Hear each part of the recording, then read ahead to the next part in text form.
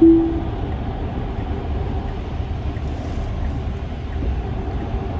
it detected a car coming, so it swerved. That's pretty cool. So currently we're just changing lane by itself, and I think that's nice with the amount of okay, so now it went into the HOV lane. It did that by itself also. I think that's wild. And currently we have rain, and it's doing an amazing job in doing the full self-driving. So currently I'm not touching anything. And when you have that blue line in the middle, that means, because you get two kind of lines, so you get this blue line in the middle and then you get those two on the side.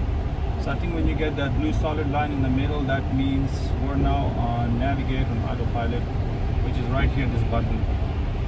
So it's a good test in rain to see how this car behaves.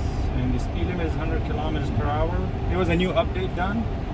In that update, you could set the speed limit to I think a certain percentage of your road speed.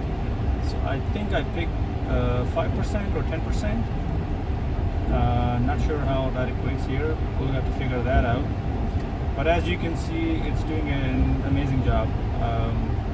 I had the Lexus before, the RX 350, that also had the cruise control, adaptive cruise control.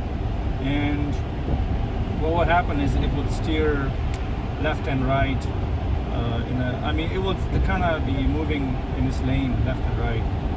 But with this one, it's keeping a pretty nice straight line, and it's nice actually. It's detecting those diamond signs in the road.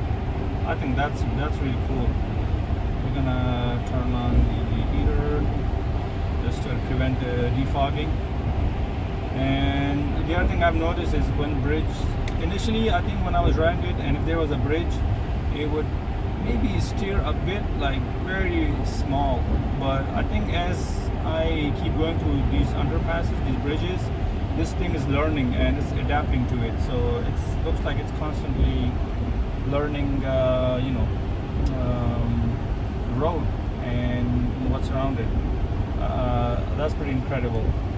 So we're just gonna let it do its thing, the full self-driving, and see how far it can go. I think for now here in Canada, I'm not sure about other countries, but in Canada you can only do you cannot do actually FSD on your local streets. So that's coming soon, and we'll be testing that. So there you go. That's a demo of the FSD in rainy condition, and I would say that I'm impressed. I think it's pretty nice for the kind of condition, because you have this mist from the cars that are driving. That I was thinking that will maybe affect the cameras or something, but it didn't. It actually tested pretty good. So now I think we have a turn coming, and you have to keep applying, by the way, pressure to the steering wheel, because I think it's not fully autonomous, right? So there are certain levels of this autonomy. So I think Tesla's on level 3 or 2, I'm not sure. So now here we are, we're making this turn, and I must say the turn is much better than how humans would make a turn. It's making a nice line right in the middle, and now here I'm getting this navigate on autopilot ending. That means I need to take over. So I'm just going to take over. Now you can see the two lines change to two blue lines on the side, and that means that the autopilot has ended. So I think that's it for the autopilot demo.